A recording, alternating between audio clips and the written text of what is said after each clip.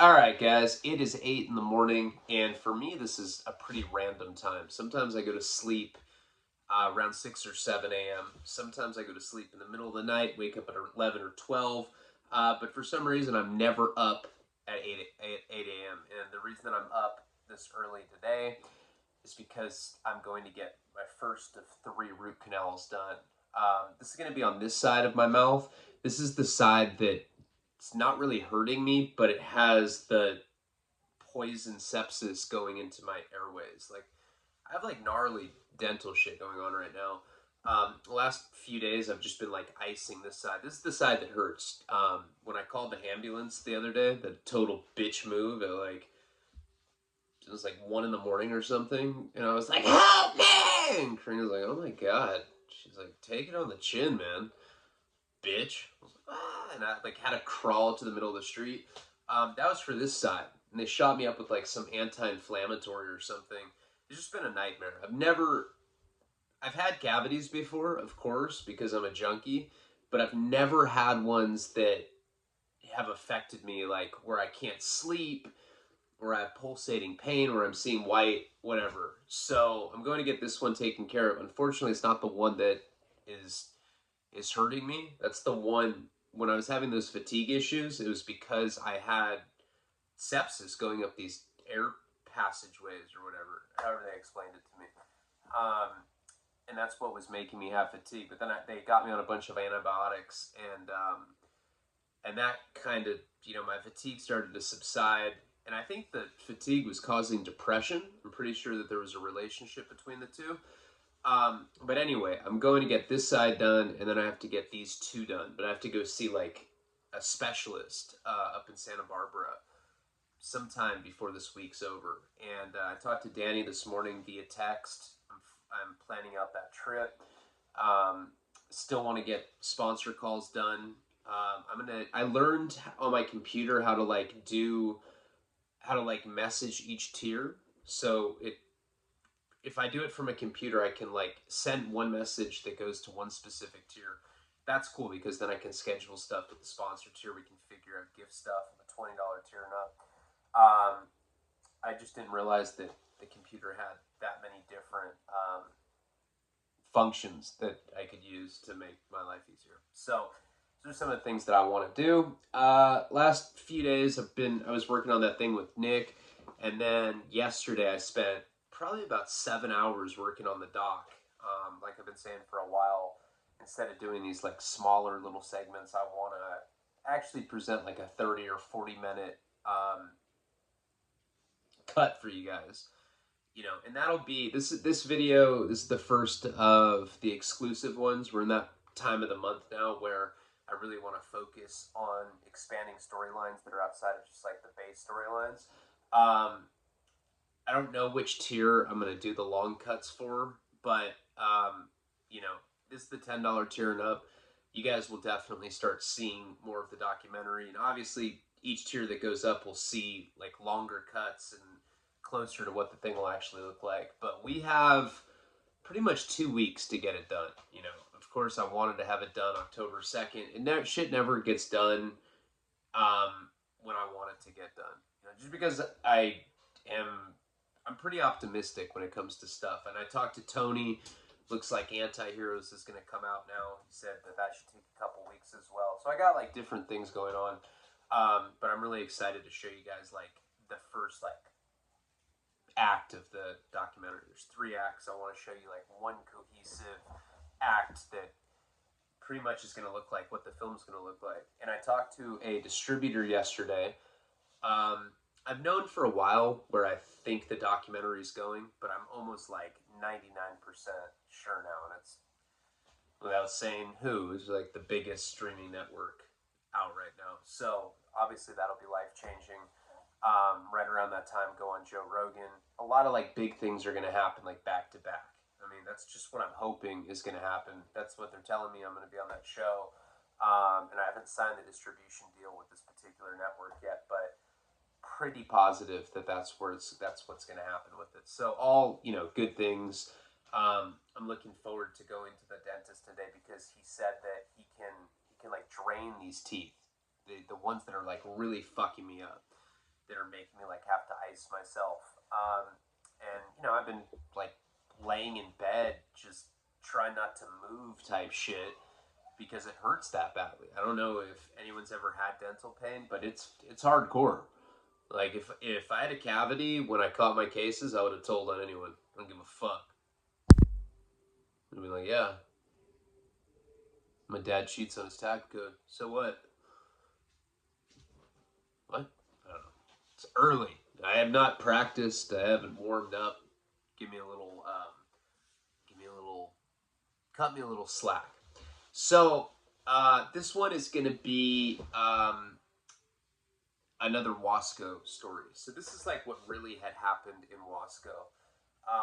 Something I really just didn't feel like addressing the first third prison term series because they put me in an SMY unit.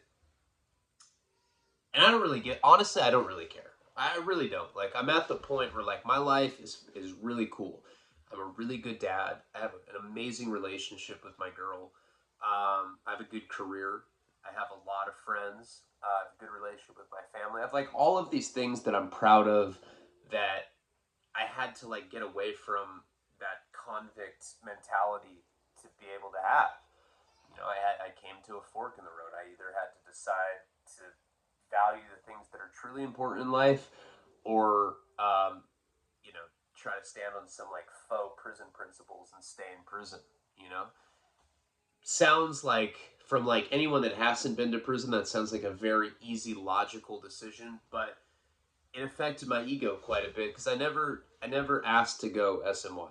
That was never something that I did voluntarily. That's the honest to God truth. Never rolled it up over a debt.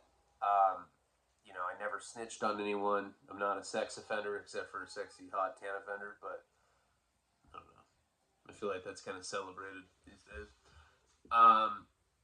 So it like always kind of hurt my ego, and I know I've talked about it, and it's I guess not that big a deal. It's the kind of thing where it's like when you have a pimple and you think that it looks like monstrous, and like you don't even want to like see anyone. You're like, I'm gonna stay home and jerk off. Fuck it, I jerk off no matter what. I just am saying,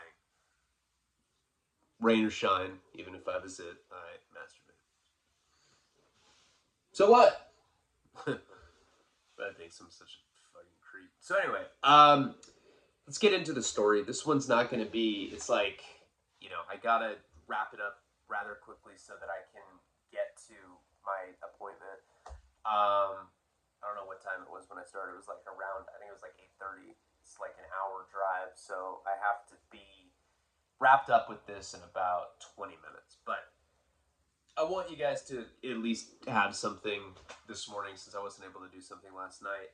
And I'll try to do another one when I get home. And I also have all that stuff that I've been organizing, like on my laptop, like videos, photos, stuff that I'd shown in some monologue.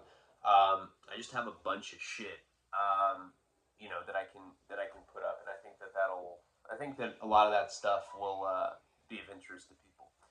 And $10 tier, $20 tier, sponsored tier, that's where I'm going to put all that stuff. $3 tier gets way too much shit, and they talk a lot of shit to me.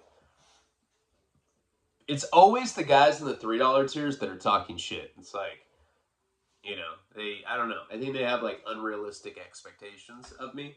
And I've really just stopped uploading on YouTube for the moment because I don't know what storylines I should even be giving them. Like, on a lot of the Patreon storylines, I'm like smoking weed out of a bong. I have like a Davy Crockett hat on. I'm like slapping my balls against the refrigerator. I'm like, this fucking sound, man. And I don't know if YouTube people would necessarily be accepting of it like you guys are. So let's get into the story. So where we had left off last time, I had just gotten to Wasco. I'd gotten back because they had taken me, they took me to the hole for assault charges that were essentially pending, that didn't materialize. And that happens all the time with assault, by the way.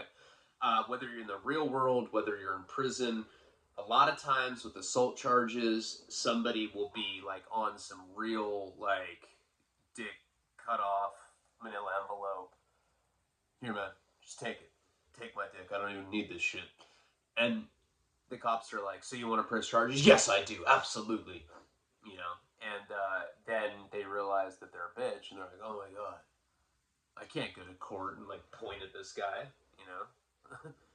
I won't be able to live in the same bush with all my bush friends. So happens all the time. Like people initially, out of emotion, will say that they want to press charges, and then it gets dropped. So when I had first gotten to Wasco, they took me to the hole for a while.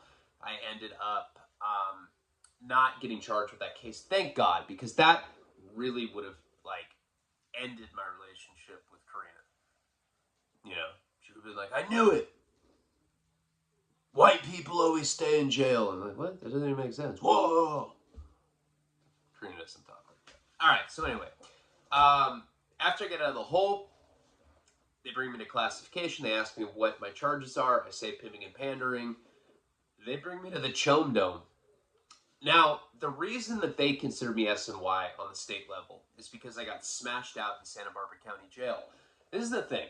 After I'd left Santa Barbara County, I went to San Bernardino County Jail, which is like, I don't know, 2 or 3 hours away from Santa Barbara. And I was the shot caller there, you know? It's like, once I got to that county jail in classification there, they asked me if I was going to be PC or GP, and I said GP. When I went back to Santa Barbara County Jail, they didn't really give me that option. You know, they got me on the bus. I went up to state prison. You know, I was like literally there like overnight.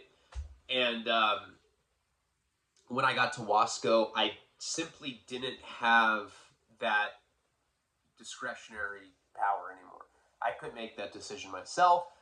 That decision had already been made for me because Santa Barbara County had told Wasco that I got beat up in general population, that I refused to program with the PCs, and now it would not be safe for me to go back to general population. And this was all unbeknownst to me. So anyway, so I end up getting to this unit. Right when I get there, this guy Shreds, who ended up being like the big drug connection cell phone guy, because he worked in the admin building when I was at Centinela. It's the first person I met, and he was, he pretty much came up to me. He was like, hey man, you don't look like a child molester. I was like, it's because I'm not. He's like, let's be friends. I'm like, okay. And then he's the guy that like explained to me that we were basically living in the Chome Dome, which sounded like, I don't know, sounded like a period piece, like some sort of weird, you know, gladiator film about midget chomos that attack solid peckerwoods. Like, get him! Motherfucker solid. Fuck that. It was a really tough transition at that point. You know, I'm not against homosexuality. I'm not gay. As much as I joke about it, I just like pussy. I don't know. Call me old-fashioned, but that's just my thing. Occasionally, I will lick a woman's butthole, but I've never licked a guy's butthole or done anything with a dude, and I think that that's pretty life-changing. You know, you're like driving and you're thinking about a dick you sucked. Fuck. Dick was straight fucking bomb, fool. I've been around gay people in the free world. I've been around people on crystal meth that are supposedly straight, and they do a shot, and they're like, hey man, I'm just gonna throw this out there, I wanna suck your dick. You're like, what? I gotta go. I'm so high, bro. Don't tell anyone. Alright. So I've been around that kind of shit, but I never like, when you're in prison, you're in a fucking microcosm. You can't get away from people.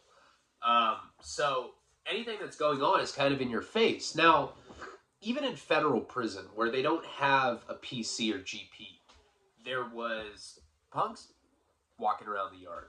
Like, punks with, like, huge tits, makeup. You know, like, you get there, you're like, ew!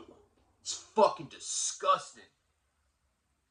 And then, like, you're, like, down, like, 2 years, and you're like, hey, what's up,